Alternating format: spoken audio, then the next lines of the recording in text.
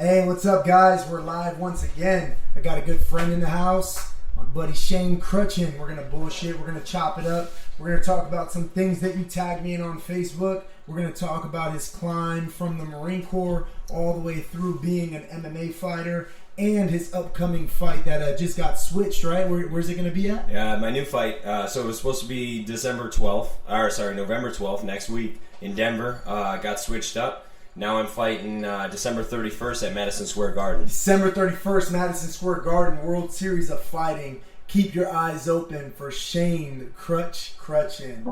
Let's get it, baby. From nothing to something.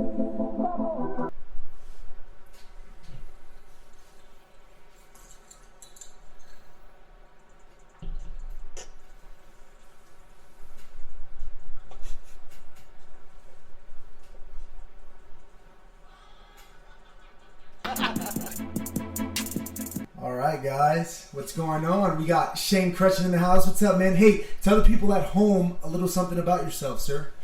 So, I'm 32. I like long walks on the beach, short massages with sweaty men. I grew up in a small town in northern Wisconsin. I'm now, I'm pushing forward. I'm 11-3-1 in professional mixed martial arts. I'm a brown belt in gi jiu-jitsu and a purple belt in 10 planet system. I just always pushing forward. I'm a single father, but, always got my eye on the prize at the end of the day. Yeah. Always grinding, looking for the next thing, huh? 100%. So, were you always involved in fighting? Is that something that always drew your attention? What was it that really got you into MMA? No, it wasn't something, that I grew up doing. I was always, as few of the Facebook Live followers know me, I was always a small guy. I was always a small guy in high school, and I always tried being bigger than what I really was. I knew I was destined to be something better, but I was trying out to be a lineman at 5'3", 140 pounds, in football. It is embarrassing. But, I did pretty well in wrestling and swimming. And I just knew that I had a knack for something. I just didn't know what that knack was. Right. Went to the Marine Corps. Man, I found my knack in the Marine Corps. I can pull a trigger and put lead down range real well. Yeah. And unfortunately, that got cut short when I was injured injured overseas serving my country. And then I got out. I didn't, again, lost my path, lost my track. Mm-hmm. Next thing you know, boom, I'm 260 plus pounds eating food and self-sponsored by Burger King. I just, if it could be drank and it was sugar infused, it was down my gut, drinks, alcohol, everything, or putting it up my nose. And it was really unhealthy lifestyle. Next thing you know, I'm 260 and I walked into a fight. My buddy goes, "Hey man, you want to go to an MMA fight?" And I was like, "What the fuck is MMA?" And he goes, "Dude, it's like boxing, but cooler." Sold. I've always been an avid boxing fan, so absolutely. So we went to this bar in Menasha, Wisconsin, Nina Menasha, called Waverly Beach. I'll never forget the name of that bar. We walked in, and there's a ring in the back of the bar. Nice. Set up. I'm sitting there drunk already. It probably had about an 8-ball in my nose at this point. Yeah. And the guy comes up to me and goes, "Look like a big dude." And I go, "Yeah, what is it?" And I had no idea. I just was a big guy. And he goes, "You ever fight?" And I was like, "Oh yeah, I got McMap. And I've been in some bar fights." What? Yeah, that was alcohol talking. And he offered me a bar tab and a pair of shorts. Asked me my nickname. And all the guys in the Marine Corps always chop down your name, so it was Crutch. Right. And I'm Mo, Danny Mo. You're correct. Crutch. That's funny. Yeah, and I was like, that is what the Marines do. What a bunch of lazy fucks. Dude, they're so fucking lazy. They straight take your fucking name, butcher the shit out of it, and they're like, "This is your new name, Ominous Dominus." Yeah. Like, what the hell? So I move on, and the guy's like, "Oh yeah, you're fighting. You're gonna fight heavyweight." And I'm like, "What the fuck is heavyweight?" Next thing you know, I'm finding out I'm fighting this guy, 45-year-old man, Brian Freck. He's I'm still friends with the man to this day. He's an Army veteran. He was a major in the Army, and I'm like, shit, I just got out of the Marine Corps. I'm going to fight this major. Yeah. I'm going to whoop this dude's ass. He's an officer. Yeah. I walked out there, fought 3 5-minute rounds. We were the only fight of the night to go to decision, and I won. Nice. And then that was the start of my MMA career. All right. That's pretty interesting how everything kind of plays out. Weird, yeah.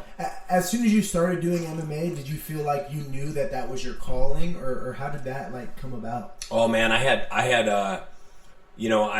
a fucking Bentley flavor with a Honda Civic attitude. If you would, and I shot way too big, way too fast. I fought that. I won. I thought I was the king shit.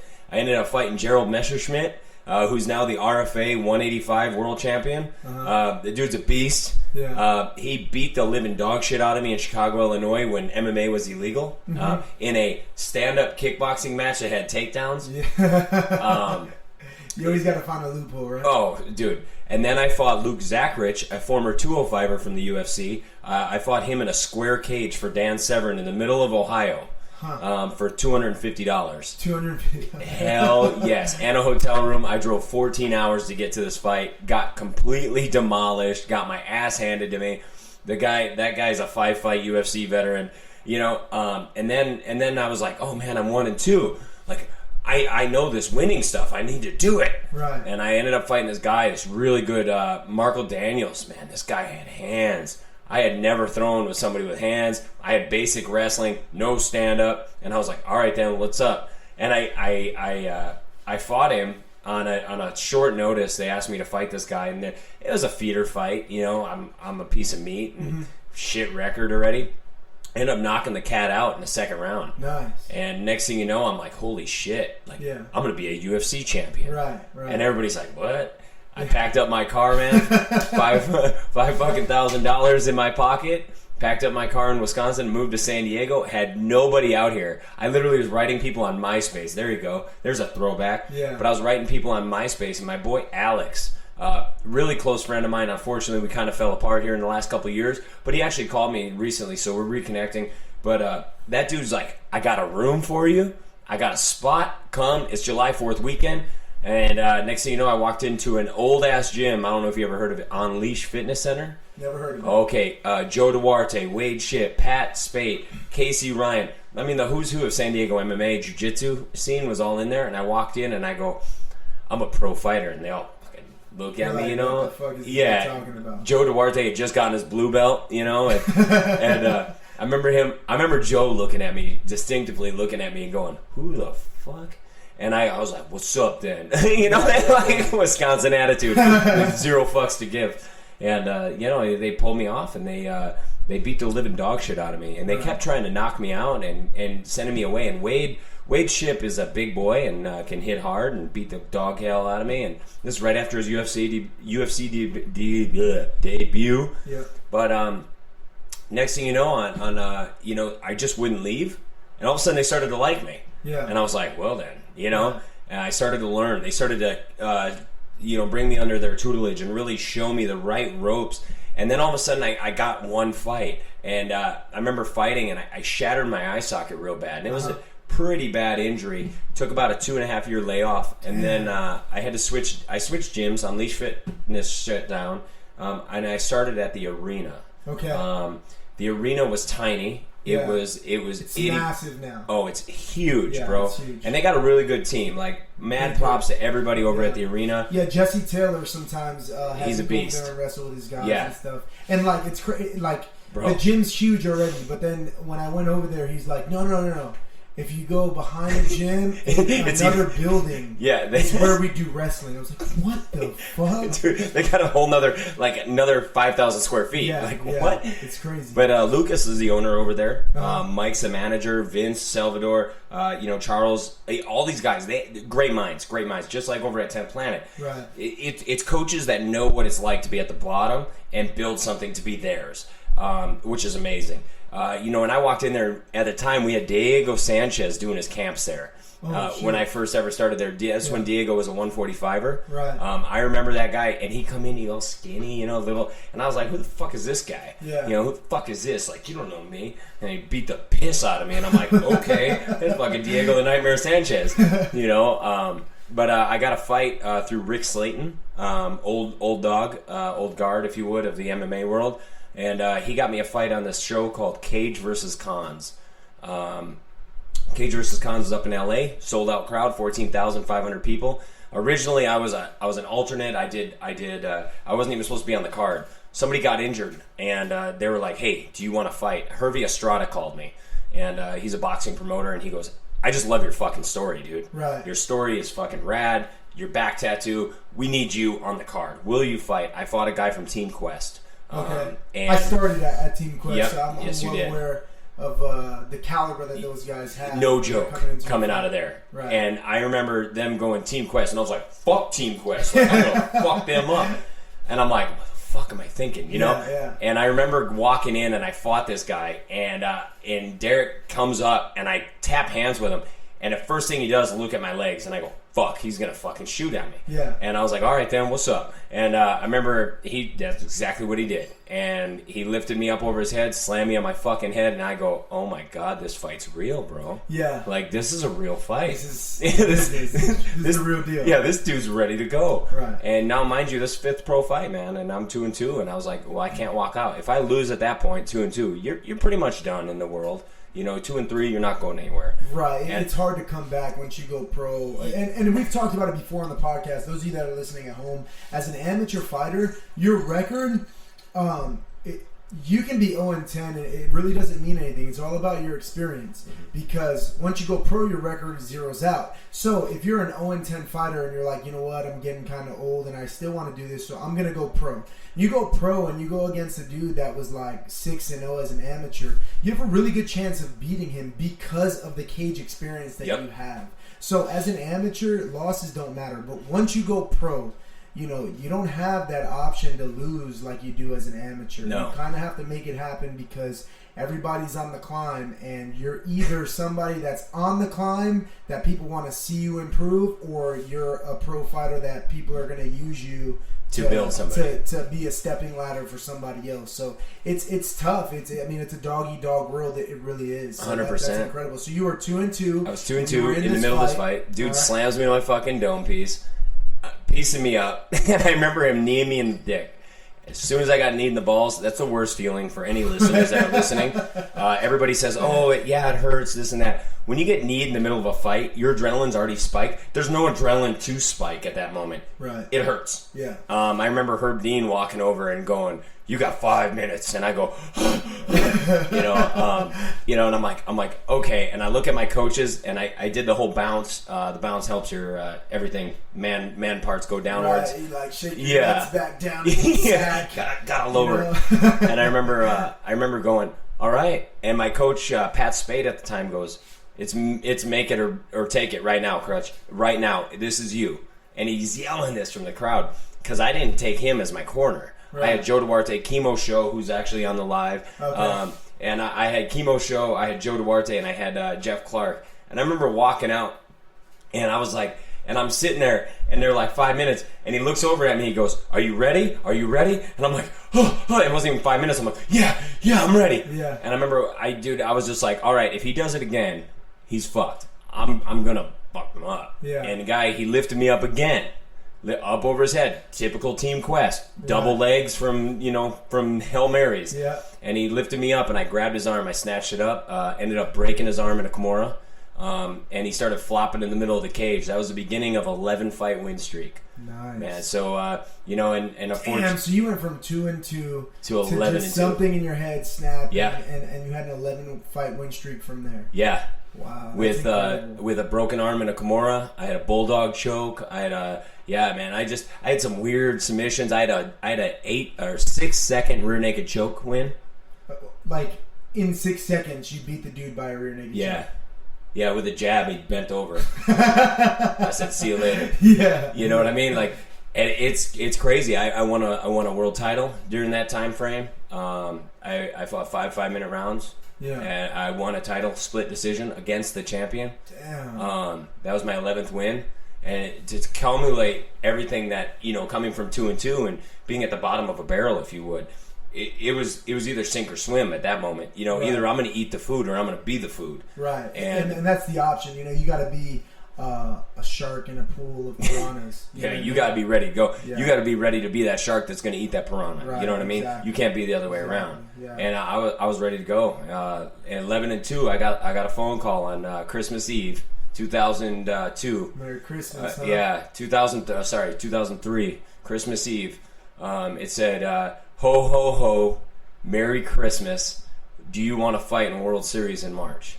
That was the text message from the former VP of World Series of Fighting. World Series started 4 years ago today, by the way. And so well, that's cool that I have you on today. Yeah, it's crazy. So it's crazy. So a few months after their first show, and they go, "Can you come to Ontario for WSOF 3? I think it was, or 8, whatever it was." And they're like, "Come up there and be a guest." And I was like, oh, "Okay, cool."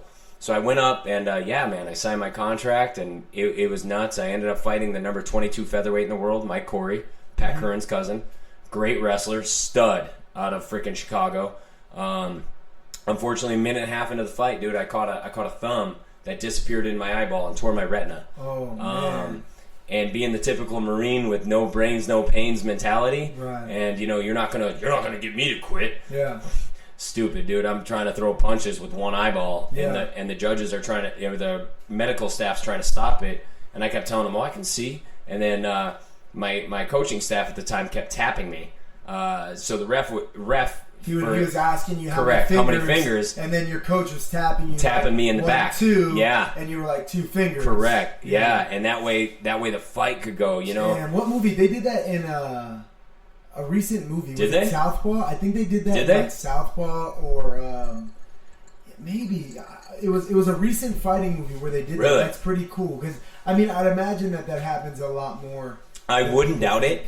And it was so fluid and natural that I was just like, 2. I didn't think about it. I just remember the amount of taps. I couldn't hear anything, and everybody always wonders what it's like to fight under lights. It's the most quiet, eerie thing in the world. Yeah. When you're on the big stage, bro, I was on live national TV, and all I could hear was 3 people. One of whom is being my daughter. My daughter was in the crowd at 3 months old. Wow. My father yelling, "Get him, kid!" My dad's an old school boxer from the 70s, Vietnam veteran. Guy's crazy. And then I could hear my one coach yelling, "Get your fucking hands up." Yeah. I was like, okay. A lot of people don't realize, the heart and soul that gets put into camp and getting ready for a fight. And it's frustrating, for them to try to stop a fight on you like that. Yeah. It's real frustrating. I remember my first fight, I caught a nasty head kick off the glove touch, and right before the second round, the doctor came in, and it's just amateur, so you know how they're real careful with amateurs. And the doctor came in, and he wanted to analyze me, and you can watch in the video where he's like talking to me, and I'm shaking my head like, no. I'm looking at him like, bro, get the fuck out. You know what I mean? I've been training 2 months. For real. I've been fucking blood, sweat, and tears for this day. I'm not gonna, you know what I mean? The ref will stop it if I'm hurt. And a lot of the viewers know, if the viewers know me personally, which, I'm a pretty open book, a lot of people know, man, I was, up until recently, working 60 to 70 hours a week, full-time job. Right. I was working full-time job. I was commuting. I was doing my camps in. Originally, I was doing my camps at Team Oyama, my camp for World Series. Mm-hmm. I'm driving. I'm leaving San Diego at 4 a.m. to be able to get cardio in Costa Mesa 24-hour fitness. Do a 9-hour day at work. Train at Team Oyama's with Ian McCall and Carlos Esparza, all the killers up there. Mm-hmm. And then I would drive home. I'd be home at midnight, lay down for 3 hours after a shower. And then I did that for 6 months straight, trying to get ready for this World Series fight. So for this doctor to threaten to stop it, man, you're taking food off my plate, man, and you're not about to do that. Yeah. So yes, if anybody sees the videos, you can see I'm throwing a jab and it's hitting him. I throw a right hand and I'm missing the left side. I'm missing the whole side of his face by about 8 inches. It's embarrassing. Yeah. And even Boss Rutan on TV was calling it out. And I remember, like you said, your heart and soul gets poured into it, Danny. Right. And I couldn't ever say more that's true. I remember walking out of the cage, out of the decagon that night. After his hand got raised, I ended up getting choked unconscious. I don't tap, bro. Right. Dude, unless now hold on. Now I know you say you don't tap it, and I'm a purple belt in jiu-jitsu. Yeah. And, I have that same mentality. However, if shit's gonna break, right? If you're gonna break something, are you that's different. Then? That's okay. different. All right, I got if you're gonna snap, if you're gonna make it to where I can never train again or something, like break that. But if you got a chokehold, you're gonna go to sleep. 9-9. Yeah. And I remember he got like this weird kind of side mount rear naked on me, and man, my eye hurt so bad. He laid one last elbow into that eye, and I remember the pain started shooting through my body. Ooh. And I reached down and I couldn't move my right hand anymore. And if you watch the video, I'm trying to move the right hand to kind of frame out and push the knee. Right. And I remember pushing and I had no strength, and I was trying to shrimp. That's the only thing I could think in my head. Right, I'm like, well, if I shrimp out of here, yeah. So I pushed, and all of a sudden I'm like, and I remember my hands, I was reaching out because for some reason in my brain, typical Marine, right? You're injured, crawl away. Right. I'm thinking I could finger crawl away, so I'm reaching, and I remember the ref looking at me. And I have pictures. It's so funny. You see my eyes going two different directions, kind of like a lizard, you know. I'm like, and I'm unconscious, and the ref grabs him to break it up, pulls him off, starts to pull him off, and I start tapping. With nobody holding on to me. I remember you showed me a picture of you like unconscious in the referee, and you said, "Check it out, bro. I'm sleeping on the job." 100%. Yeah. Took a nap. That's hilarious, man. It's incredible, being around fighters all the time and seeing the similarities of the fighter mentality and the way we are and our sense of humor compared to like being in the military, more specifically being a Marine and in the Marine Corps. And I think that's why the transition from military, or more specifically Marine Corps, to fighter is so clean, 100%. Do you feel like MMA kind of saved you in a way? I know you kind of skimmed past it, and I know it's a real touchy subject for a lot of people, even a lot of times for myself, talking about, experiences that I had with combat in the Marine Corps and losing friends and things like that. It's a lot. It's tough. Do you feel like that MMA played a role in like taking you out of that, deep dark place that a lot of Marines, Army, a lot of troops slip into? I think the statistic now is something like it's like 26 or something. Yeah, specifically I don't know, but they say we've lost more Marines to suicide than we have in combat, and that's in the last 4 years. Man, when you slip into that dark place, I've been there before, and it sucks, man, and it's rough. Yeah. So do you feel that like that played a huge role in dragging you out of that dark place? I can't say I can't specifically say it was MMA that did. I can say the people of MMA did. Right. And you speak of this dark place, and I've already mentioned I was very heavy and everything like that. And June 14th of 2009, and viewers may know, and you can pull up my story, it's very well known, it's on Netflix and everything. But June 14th of 2009, I decided that was the day, and I was going to run it till the wheels fell off. And that was the day I was going to end my life. And I got... You really do? You have a story on Netflix? Yeah. I didn't know that. Yeah, if you pull it up, it's Wounded, The Battle Back Home, and I'm the very first story, Shane. Okay. Yeah, it's about a 30-minute documentary about, and it incorporates my fighting, and it incorporates prior and post of my suicide attempt. Yeah, hey, those of you at home, make sure you check that out. I'm definitely going to check that out tonight, bro. I didn't know that. Yeah. But go on. Yeah, no worries. And it's amazing. When I was overweight, and the day I decided to kill myself, and you had mentioned losing your friends and the dark spot. Demons, the demons of PTSD are real. Right. Like, they're no fucking joke, dude. Yeah. And I incorporate, and I've been noted in numerous interviews saying it's like a gremlin that's on your back that won't get the fuck off. And you don't know when the fire hose is going to hit that little bastard. You know what I mean? And when that fire hose hits you, you don't know. But those PTSD demons will come out of left field and attack you in ways you don't know. Another way I also refer, and people ask me about PTSD, is I say it's like a roller coaster. 90% of the time, I'm on the best ups that you can ever be, or the best loop. But that 10%, bro, when I go downwards, down. it's game. And I get it, man. Yeah. I mean, fuck, man. I've been there more times than I can count. For real. And it's rough and it's hard. And you know what? That's part of the reason why I started this podcast. Yeah. Because to me, I mean, for us, it's fighting. Yeah. Right? And I'm kind of finding my niche and what I like to do. I'm still in the Marine Corps, and I got about 8 months left. I'm transitioning out.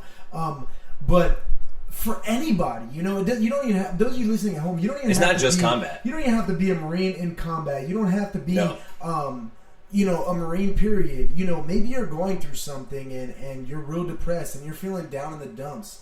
Man, you need to find your passion and what you fucking love. And go for it. A lot of that has to do with the way you're living your life, you know? If you hate your fucking job, the only person you can blame is yourself. Yeah. If you're using, you know, well, I need to make money as an excuse, like, I get it. You know, a lot of you have families and stuff, and you need to be able to provide and bring that food to the table. But, Shane, you said it yourself, man, you were fucking sleeping 3 hours a night for 6 months, getting ready for a fight, just so you can live your dream. Yeah. And sometimes you have to fucking do that. I was being a dad, full-time job, project manager, full-time training for a fight, just so I could have that itch of a dream and still be an effective dad and a husband. Right. And that's the thing, though, and that's why, to me, it's so important for people to hear this message, because there are people that have excuses, but just for as many people that have excuses, there are people who are successful like yourself that found a way to avoid that fucking excuse and just grind it out and make their fucking dreams happen. I mean, I grew up as a wrestler, bro. You grind.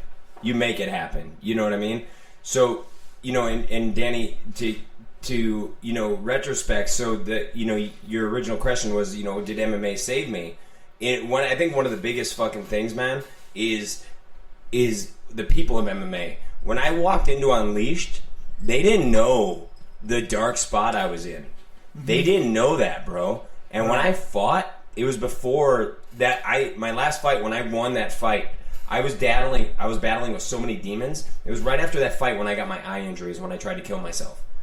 I was such a coward, personal coward. Now, I'm not saying anybody's a coward for killing themselves, but I was a personal coward and failed not only myself, but the 19 men that I lost overseas, my brothers. I was such a personal coward because I, in my brain, thought nobody gives a fuck. Nobody cares about me, which is the biggest crock of shit that one can tell themselves. Yeah, it's, you know, it's easy to get into that self. Yeah, it is. You know, it's easy to get into that me realm, and I get it, man. Yeah, it's rough, and it's not easy. And no, you're absolutely right. When you get into that place, it's hard to get out, but being there and coming out on top is what made you who you are today. Oh, 100%. You know, I think it is a part of the process. You know, there are all those people that struggle, and you don't know their struggle. I've lost so many friends to suicide, I can't even fucking believe it half the time, you know? And, you know, it's real rough, and it sucks. But it's real life, man. At the end of the day, you need to find your passion and what you feel like you were meant to do. If you're doing something that you're not fucking passionate about, you're wasting your life. You're taking up air, man. And there's brave men and women in this world, firefighters, police, military, you know, people that have done great shit that would give their life again to take the next breath and have that precious air. Yeah. You know, and it's kind of crazy. So one of the guys is, you know, Priest O'Malley, you know, Dan from Vet TV. Yeah. You know, hey, his videos are off the chain, man. I love his fucking work. Dan is amazing.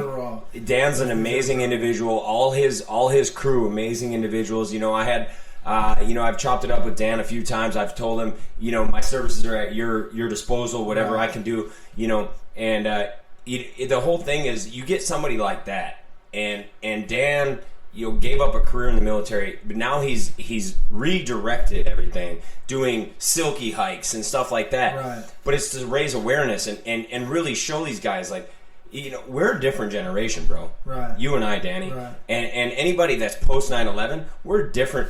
We're a whole different. One of their newer videos breaks it down so well. How they show like the World War II guys, and then they show like the dudes in Afghanistan. You know, he's like, "Why wait for her when you got me right here?" Yeah, that was his face. It's hilarious, man. But it's true. We got a question here, real quick. My bad.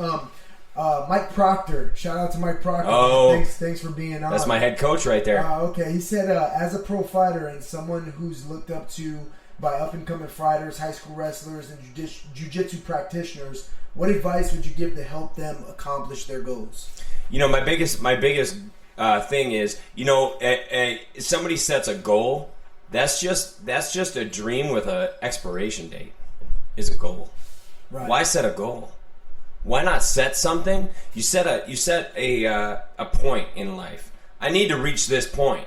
A point's not a goal. You need to have a point you want to reach, and then you have to have points after that. It's just like a map in the Marine Corps, right? If you say, hey, my goal is to finish this monster by the end of this podcast. Okay, I can do that. That's an achievable goal. Yep. But now, that was a dream with an end point. Right. I got nothing after that, man. Right. But if I say, you know what, I'm going to smash this monster, I'm going to smash every drink you got in your refrigerator, I'm going to go smash... Now I got points. Right. I got an avenue. So like Mike just asked, with being looked up, I have a wrestling team over at West Hills High School that looks up to me. These guys look up to me as an assistant That's coach. funny. My high school is West Hills High School. Heck yeah. Well, Mike is the head coach. I'm one of the assistants. Okay. It's my first year. I'm very... Where's this at? Where's this school at? Santee. Oh, okay. It's out in Santee. Okay. I'm so blessed with the fact that I can be an assistant coach to kids that will look up to me and know that. So with jiu-jitsu people, man, I've traveled, I've trained with some of the baddest mofos in the game. Yeah. And it's crazy to think, I used to read about these people in books and see them on TV, and now I'm like, I'm chopping it up with these fools. These fools know me by first name. Yeah.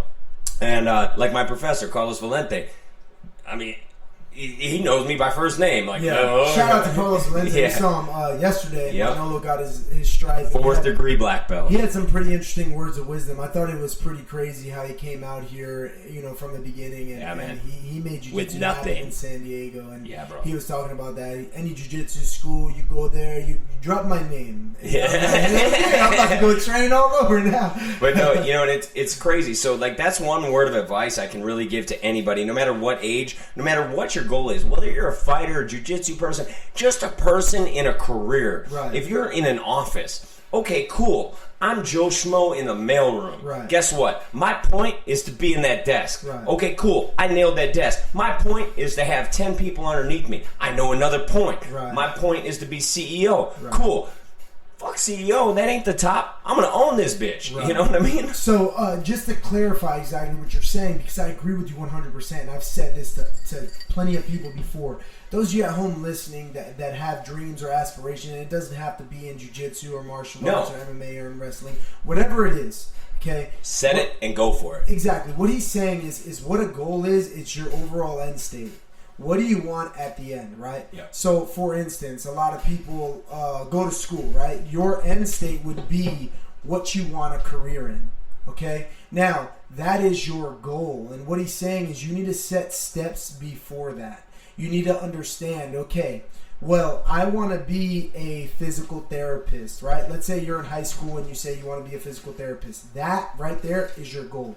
You need to set steps to accomplish that goal because the goal is what you're trying to reach at the end. So I need to graduate high school. That's my first step. After that, I'm going to go to college. After that, I'm going to, after I get my bachelor's degree, I'm going to try to get into a master's program that specializes in physical therapy. Once I get my degree in doing that, I'm going to look into internships. And then you grow like that. So I believe, and correct me if I'm wrong, Crutch, what you're saying is that the goal is the end state. A lot of people focus on making the goal the next step, but then once they get there, they made that their end state, and you don't know where to go from there. Yeah, if you make the next step your goal, you're putting a roadblock in your life. You're stopping yourself from really succeeding at the final thing that you really want at the end of the day. You can't do that. You can't put a roadblock in front of yourself and think you're gonna, that's like me.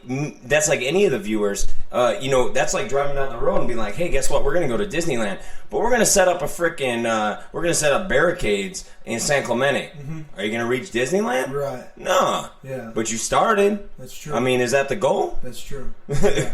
So we talked about we talked about what goals were, kind of, right? Yeah. What would you say? So what you're saying is, in order to answer specifically Mike Proctor's questions, to help them accomplish those goals, you're saying to set steps along the way. Understand what your overall goal is. I don't set goals along the way. I set points that I need to achieve to accomplish your overall goal. All right. Yes. Because if you set a goal and you don't have building steps to get there, you're setting a goal. Your goal will become your failure and your end point in life, Right. which isn't okay. Right. You gotta be able to build to your ultimate plateau. Yeah. You know what I mean? Yeah, yeah. Hey, we're gonna go ahead and we're gonna switch it up real quick because you know, my last podcast I spoke with Russ after, and he had a couple good ideas that I wanted to implement. One of his ideas, unfortunately, we failed already. Was he said try to shorten it up instead of an hour, make it 30 minutes. But you're such an interesting person that this is like I'm having a great time right now, so I'm not gonna rush it at all. But what we did come up with was reaching out to the people on Facebook and Instagram and Twitter and all the social medias, and I just told them, hey, go ahead and tag me in things that you feel like are interesting that you want us to talk about. You know what I mean? And chop it up. some people brought some stuff up. Some of it, you know, I kind of had to filter it. Some of it was like, you know, somebody asked about conspiracy theories. I feel like that's very broad, and I don't want to get into that whole process. I want something specific, like a specific video or something to talk about. So one of the things that was brought up was, I don't know if you guys see it at home, and those of you on Facebook Live, once again, if you go to the link that's on his Facebook Live, on Crutch's Facebook Live, you'll be able to ask us questions and things like that. But those of you at home listening, what the first question or the first thing that I was tagged in was this man versus panda video. Have you seen this, Crutch? No. All right. So basically, this is a man versus panda video. Gracie and breakdown. It's actually a Gracie breakdown. So it's some dude that does jujitsu that actually breaks it down. So we're gonna watch it real quick, and we'll see what you think, man. We'll see what you think as we go through it. What's up, you guys? Henry Gracie here. So this Chinese man tries to impress his girlfriend, comes into the panda enclosure at the Chinese zoo, approaches the panda who pretends to be sleeping, and then suddenly wakes up and crawls in for the most beautiful low single leg. Watch this. Boom, right with the teeth, grab with the paws. The man thinks he's no big deal. It's a small panda, right? So he'll Take its his back. leg off every chance. Wrong. The panda keeps the pressure, controls the ankle. As the man turns to face him, trying to pull his leg out, watch the most incredible control of the low ankle. Watch the pressure on the shin. People tag me in this shit, man. The Chinese man to lose his balance. So those of you that can't watch the video, which is basically all of you, kept control. He jumped across. look up the video online. It's basically this dude that broke into like a panda pen, and the panda grabbed his ankle. Are we sure that's not fucking Henzo Gracie dressed as a panda? The panda has seen that one before. It's funny because it says the Gracie breakdown, like if Oh, he took his back. Shit. The man would be in deep trouble at this point, but the panda hadn't done the seminar. So the man is able to. Panda hasn't done the seminar. The dude doing this breakdown is hilarious, but you know he's got to be freaking out. He went into the panda's just got his leg just ripped. Like, he's got to be ripping it apart. Oh, he went double outside Ashi. Oh, the dude got out. Don't be an idiot. Don't jump into panda enclosures. More importantly, impress your girlfriend the old-fashioned way. Learn Gracie Jiu-Jitsu at GracieUniversity.com. Scratch that last part. Learn jujitsu at 10th Planet. Anywhere in the country or world. Yeah. Hey, but this video, I thought it was fucking hilarious, man. I saw a piece of it and I was like, I got. That's actually really interesting. And Mike, we're gonna be working on the panda low single. Is what we're gonna call it. We're just gonna yell panda. That's every time, Mike Proctor. We're gonna yell panda, panda, panda. Panda, panda, panda. I got bras in it. Hey, those of you at home, if you get a chance to look it up, Panda versus Man, go to YouTube. Just type in Panda versus Man. It's fucking hilarious. Shit's amazing, and it was on BBC World News. Yeah, it was on BBC World News. The dude basically snuck into the panda enclosure or whatever. Somehow he got in there. Yeah. Walked straight up to the panda. The panda just grabbed his leg. Just held onto him. And there's a portion where the dude's like stroking the panda, like petting him, like if that's gonna work. But you know what? The dude ended up getting away. And haven't we learned from fucking Harambe? Dude, Haven't we learned already? God damn it! Stop jumping into these fucking enclosures. All right, so the next thing that somebody talked to me about or wanted me to talk was yeah. We just recently had Halloween, which was how was your Halloween, Crutch? Shit, what did I do? I hung out with the Illuminator.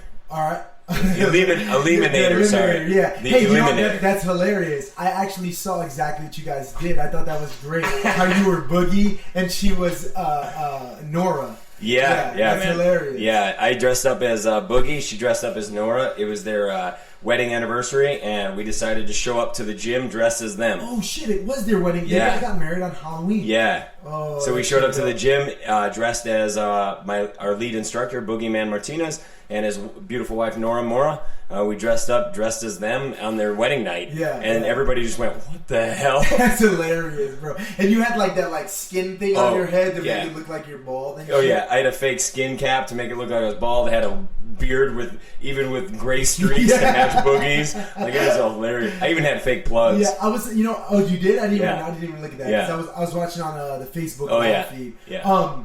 I was surprised you guys didn't win, but then I guess the costume that won was pretty good too. That the Kim Kardashian one was freaking funny as shit. Yeah. She kept ramming her ass in my hand. I'm like, all right. Hey, but those of you that are curious, the video I got tagged in, it's actually this Jimmy Kimmel thing where I ate all of my kids' Halloween candy. If you haven't seen it, look it up. It's basically parents tricking their kids, and they friggin' they go up to their kids and they're recording, right? And they're little like 5, the kids are probably like 5 to 13. That's probably roughly the age. Oh, my daughter is 3 and she'd whoop my ass. Right. So, I mean, even younger than that, Yeah. And these kids, you remember when you were a kid, man, and those of you at home have kids, they work hard for that candy. They walk up and down the block, trick or treat, thank you. Trick or treat, thank you. So basically what this Jimmy Kimmel Live thing is it's a little thing that he put out for parents to do and to submit their videos, and he'll play it on his show. And it's basically parents telling their kids, hey, when you were at school today, we ate all of your candy. And they empty out their candy bag and they watch the kids fucking freak the fuck out. Have you seen this before? You haven't seen this yet? Alright, let's check it out real quick. So this is just this is the most recent video of it that I can pull up on YouTube. Candy, we started what has become perhaps the most cherished of all the Halloween traditions in this country. Love that outfit, though. Yeah, he's in like an American Eagle outfit. By telling their kids they ate all their Halloween candy. We've done this for 5 years running, and I'll be damned if we aren't doing it again. So Jimmy Kimmel's talking to the camera. He's in like an American Eagle outfit. Why didn't we eat all your candy? Why? Because it was good. Damn. You ruined my life! I think the St. Louis Cardinal shirt ruined his life. Yeah, that's true. Yeah, he's wearing the St. Louis Cardinal shirt.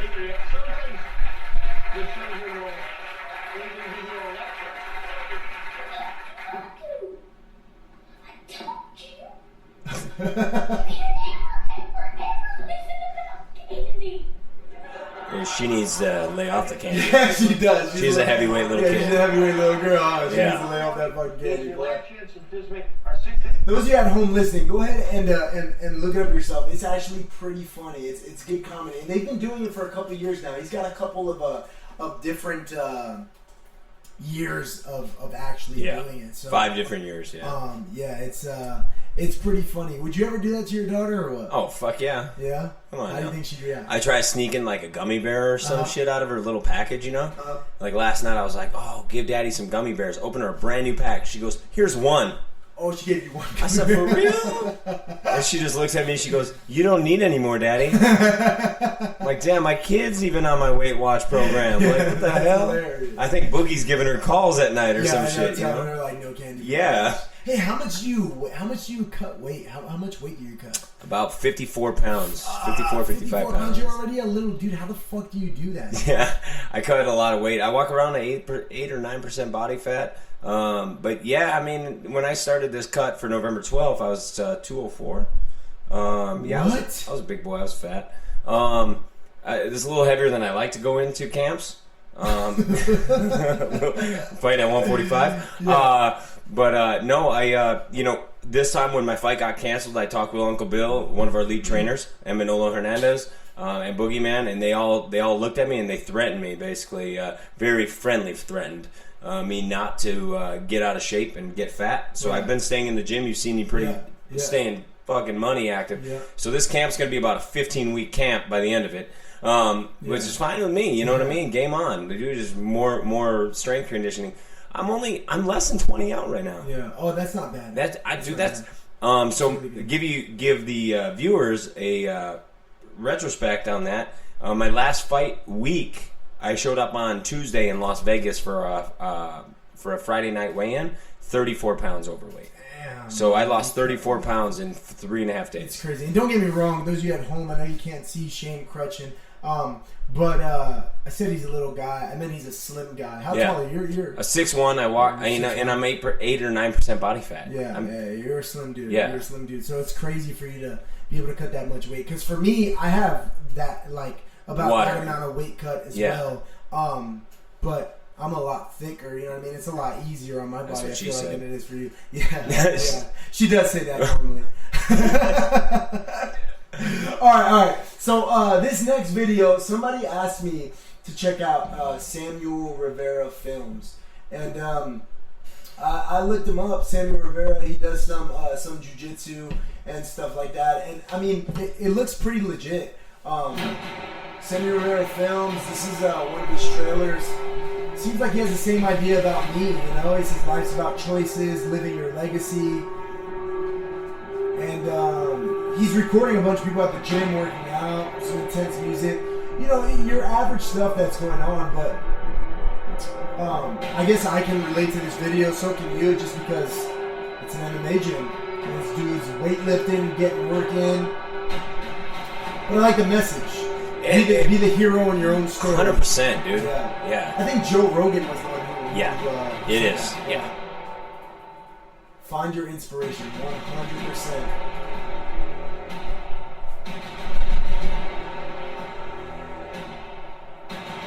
Oh, good Ranger Up shirt right there. Get fit or die. Oh, the dude had a Ranger Up shirt? Yeah, that's a Ranger Up shirt.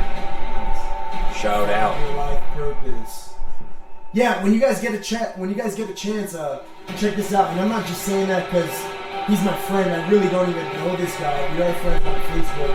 But you know, when somebody gives me a plug, they're like, "Oh, check out my shit." You know, I'll check it out beforehand, and if it's not really legit, then I'm just gonna keep moving. But this guy that's seems a like, legit trailer right there. Yeah, he has a positive message just like me, and he has his own YouTube channel that you can subscribe to. Yeah. So shout out to Samuel Rivera, guys. Check it out on YouTube. It's some pretty good stuff, and if you're into jiu-jitsu, or MMA or any type of martial arts, this looks like it's right around your alley. Oh my God! All right, this guy is amazing. Yeah. Jesse Taylor was actually on one of these episodes. I know. So, dude. Oh my God! What's this guy's name? Because I actually reached out to him on Twitter. Oh, dude, we need to talk to this guy. Yeah. I reached out to him on Twitter to try to get him on. I don't know if he saw it or he just ignored it. I'm sure he gets it. Mark Dice. Yeah. So, people have told me I got to get Mark Dice on because he is in the area. He's in Oceanside, yeah. Yeah, he's in Oceanside, and he does these videos. A lot of you at home, basically, have probably seen it, where he talks about what you're going to do for Memorial Day. Right? The Memorial Day video, he's actually at the Oceanside Pier and he's talking to people and he says, "Hey, what are you going to do to celebrate commemorate the skateboarders? The skateboarders. Or no, the surfers that died. Lost their life on Memorial Day." And these dumb fucking people are answering this question. Welcome to Generation X. Yeah, it's pretty ridiculous. And he puts these videos up, and Mark, I think he has a very interesting way to show the world. His delivery is amazing. Yeah. The way he delivers it talks to these idiots so well. Yeah, and they don't even realize. They're like, "Oh yeah." You know, for instance, you know, the election coming up next week, you know, and I don't give a fuck about getting political. But he talks about Hillary, and he walks up and he's saying Trump's views. And it's fucking rad. Right. He talks about funding the wall. Yeah. And he's like, for Hillary supporters. Yeah, for Hillary supporters.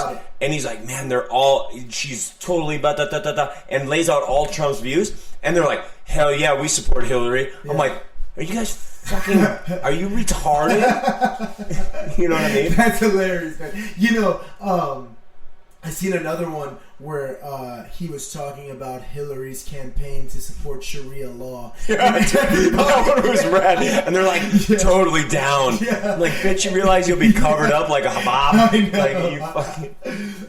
but those of you that haven't seen his videos, check out Mark Dice. The one that I got tagged in was his most recent one. He's in Encinitas, California. And he's basically asking people, hey, do you want a 10-ounce silver bar? And he has a legit 10-ounce silver bar. Worth over $150. It's worth over $150. Or do you want a bar of chocolate? And he's got like 15 bars of chocolate in the other hand.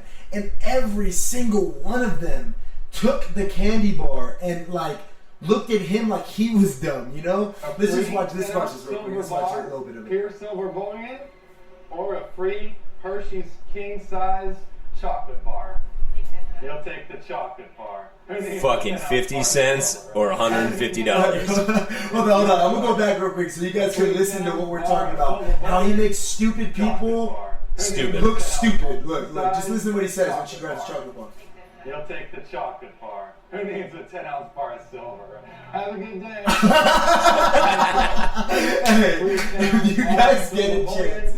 Look this Or up. a free king size Hershey bar. I think I'll take the Hershey bar. Go ahead. It's your lucky day. Just fresh out of the refrigerator. Thank you very much. Who needs a 10-ounce bar of silver when you can have a good, delicious bar of chocolate, right? Yeah, exactly. Okay. Oh, thank you. God, Would you dude. rather have the Hershey bar than the silver bar? Hold on. Normally at the end. Yeah, that's right. Can't eat the silver bar. Oh my god. So normally at the end he catches somebody that realizes the mistake everybody else made. Let's Yeah. see if this happens. You're a Swear winner. again. You win either a free 10-ounce bar of tarnished old silver bullion or this Hershey bar just out of the fridge. What is it? What's gonna happen? Which one do you want? Yeah. Go ahead. Cheers. All right, we got another winner. The Hershey bar giveaway. Thank you. Thanks for watching. Oh my god. Yeah, dude. Check out some of the previous videos. People are stupid. I mean, that's all it is. That's all it comes down to is people are fucking stupid. Well, I think today's generation. I mean, you know, I feel really bad for my daughter. You know, and unfortunately, I don't mean to laugh. I just think no, for reals though. The way I was raised, man. You know, being raised in the Midwest, bro, put such a value of life in my heart, and my mind. Mm-hmm. That I value, man. I value everything.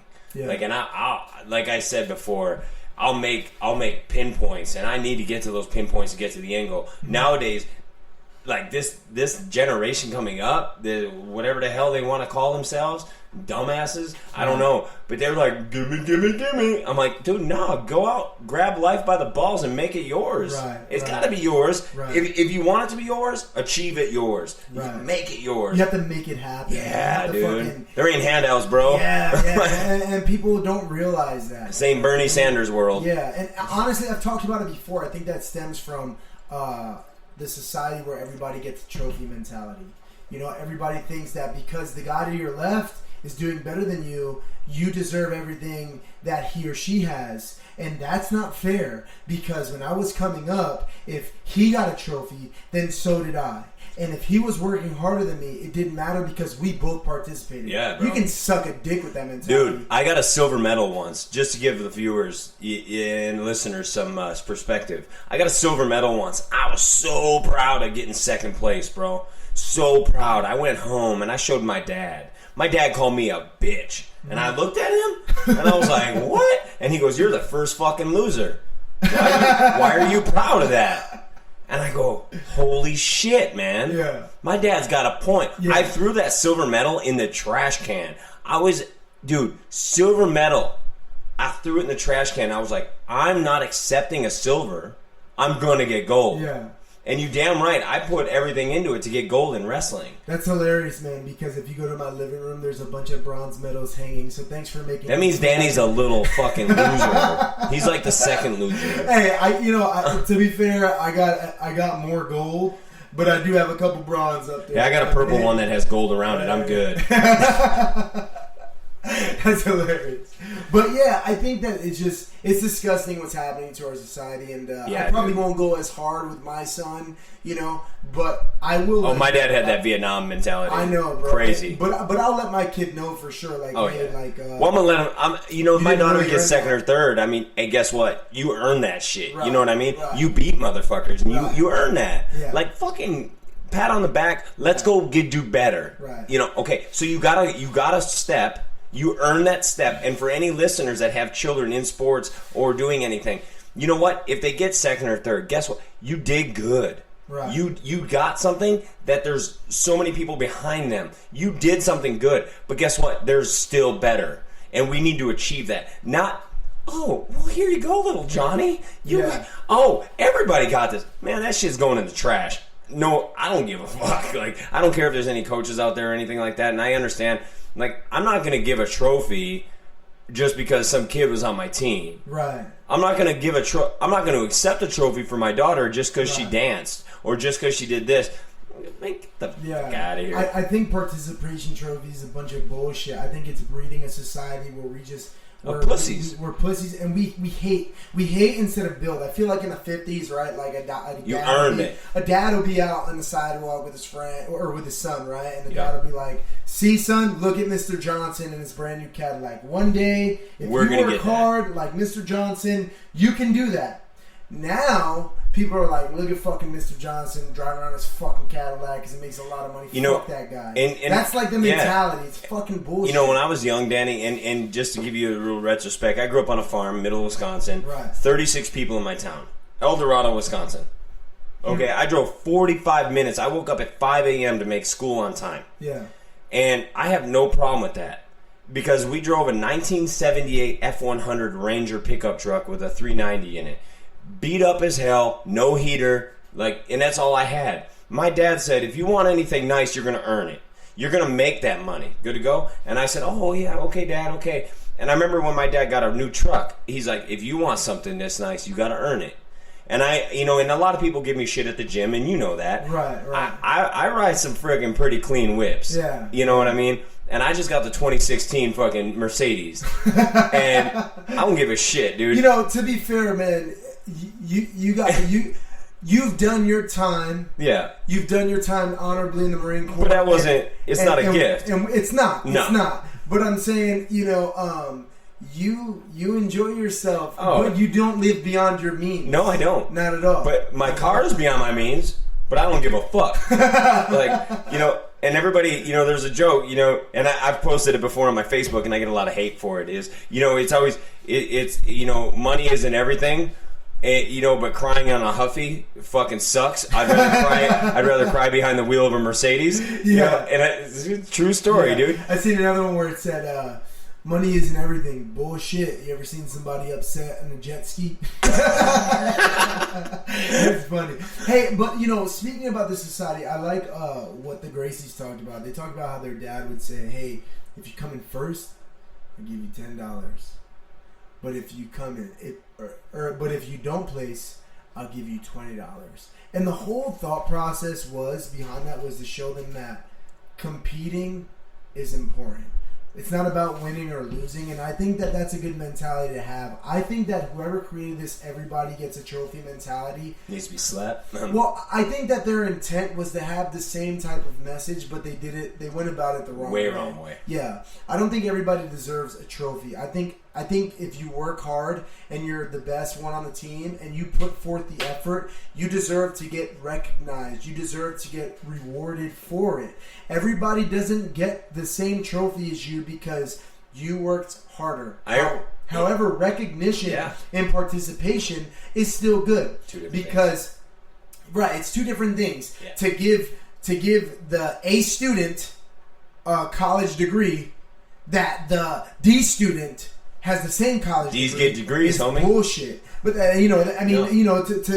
put it into retrospect, it's bullshit. The A student is going to be able to go to Harvard. The D student, you're going to have to go to a community college and rebuild your GPA and earn your way up. Because these kids, they play sports and they think that they just have to show up. No. And then they get the same reward, and that's why our society is weak. Where I think it's like 40-something% of Detroit is illiterate. I think that's why we don't put as much. How in the emphasis fuck in behind 2016 education. can you not read? Bro, it blows my mind. It's crazy. No, it does. It's crazy. You want to talk about third world countries? Yeah. There are fucking cities next to yours at home that are fucking living in poverty. I'm going to Wisconsin tomorrow. And there's parts of Milwaukee that are that bad. Yeah, I'm landing in Milwaukee. I've heard. It's you know what I mean? Crazy. It's sad. It's fucking nuts. It's nuts. But at the end of the day, I always say somebody has to flip my fucking burgers. At the end of the day, if you were brought up with that mentality and you are, you know, in your 20s and you accept that mentality and you point the finger at everybody else, then fuck you. Yeah. You can be lazy. That's cool. Oh, yeah. I'll be here 15 minutes earlier. You can point and laugh at me. Yeah. I'll fucking go ahead and put the work in so I can live my dream and I can fucking do what I want to do, because a lot of people just don't realize it until it's too late. You know, and that's don't want to put the work in. And that's one thing about me is like a lot of people give me shit and they go, "Oh, how did you get this? How did you get that? Oh, you must have talked your way into World Series. You must have done this. You must have done that." No. You're not the most skilled motherfucker. You're right. I'm not the most skilled, and I'll be the first to admit that. You know, there's people like YL Watson, like, you know, all these guys in the Shout gym. out to Weil. He's gonna be on the podcast. Mad shout out to YL. Yeah, you he's know, gonna be on next week. that's one of my that's my brother right there. You know what I mean? Like, that's my brother.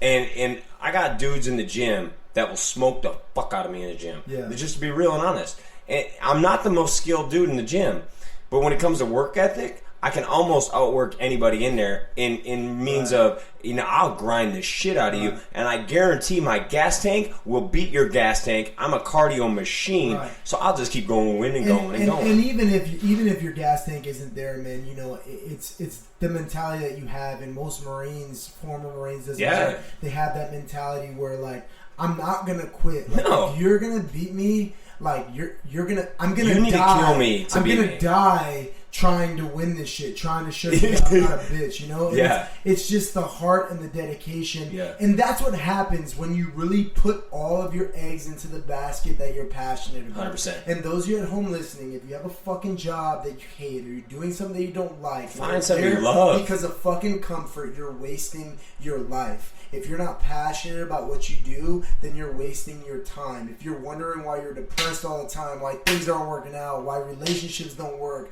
why the fuck is people fucking with me this, why is it that, oh, everything happens, oh, you're so negative. Change your fucking life. Yeah. Chase what you want to do. Chase your dream. Chase your goal. Go ahead and create the life that you want. Don't accept Make your own legacy. that was fucking handed to you. And that's the message that we're trying to deliver. Any last words for the people at home, Crutch? You know, there's a great friend of mine, lifelong friend, Joe Duarte. You know, he always said, my main goal in life is to make sure my daughter or any future children don't have the childhood I did and grow up a different life. Always upstep yourself one step above your upbringing. And I'm a firm believer in that. Besides that, if you're a veteran in need at any time, my social media is wide open. Twitter, Facebook, Instagram, everything. Reach out to me, Shane Kruchten MMA, War Rhino on Instagram, anything. I'm more than willing. Same for me. Those of you military members in need, Danny Jitsu on Facebook. You can also find the podcast page From Nothing to Something on Facebook, and Danny_Mo on Instagram. But go ahead. Yeah, dude. And if you need, they're brothers, bro. Brothers and sisters. Like I'm 24/7. I'm at beckoning of any military veteran out there. You know, unfortunately, my PTSD's gotten the better of me. Unfortunately, I lost my my beloved, you know, my second half. You know, now I'm a single dad, but at the same time, I'm always there for my brothers and my sisters in the military, in the uniform. Same goes with service of police officers, everything like that. Right. God bless every single one of them. And if you need help, reach out to me. I'm more than willing to talk to you, your family member, whoever the hell it's going to be, that might save you from that slump. Because the dark path that some of us did doesn't need to be found by anybody. And there's one little thing that I always say is, if my worst day and June 14th, 09, when I tried to kill myself, can be somebody else's triumph, then it was every fucking bit worth it. Right. So make sure you keep your heads up, and God bless America. Right. Hell yeah, man. And then your fight's coming up when? When's your December fight? 31st, Madison Square Garden, live on NBC Sports. World December Series. 31st, World Series of Fighting, Madison Square Garden. The UFC opened up the doors for fucking hell. Now in New York City, MMA fighting is gonna be fucking legal. The Fighting Commission finally made it legal. We're the second live show there. So UFC's the first one. World Series of Fighting is gonna be the second one. You can catch Shane Kruchten. Go ahead and bring home another W for 10 Planet San Diego Combat Academy. Team Hurricane Awesome. Hey, those of you that listened live, thank you. We love you. Those of you that are on Facebook Live, thank you. We love you. Those of you that submitted videos that I didn't talk about, I'm sorry. I apologize. First first come, first serve, but hey, it's going to reset as soon as we end this podcast for the one next week. Next week, we got Wallel, the Gazelle Watson. Next Thursday, we'll go live again at 7 p.m., so stay tuned. Crutch, we love you, man. We appreciate your service. Thank you for everything you've done. There's a lot of Marines that, because of you is the reason why they joined. And I'm one of those Marines. I came in the Marine Corps when you were already in the Marine Corps, and I watched you, in Fallujah, in Baghdad. I watched you in Afghanistan as a high school kid. I watched your friends come back in body bags, and I was still motivated and inspired to join the Marine Corps and go and fight the good fight and hold it down for the Marines and hold it down for America and do our fucking thing. And now we fight under the same team, and I'm gonna be out soon chasing the dream with you full time. You're a little bit higher up the mountain than I am, but I'm on the same climb. I'm right behind you, man. My hands out, bro. We'll keep it going, bro, for real. Yeah. Thank you very much for being on the podcast. I'm sure the people at home appreciate it, and we'll see you motherfuckers next week. For real. Again, stay tuned. We love you. Thanks for listening. Out here, Danny Moe from Nothing to Something. Danny and I are out, guys. Thank you so much. Let's see here. Mike Hess, this is awesome. Shane for President 2020. We love you, Mike. Let's see what else. Oh, Jerry Dukes, former DI right there. Oh, Manolo. Coach, what's up, Coach? Yeah. Man, we got, a lot of love for all you guys. Thank you so much for, just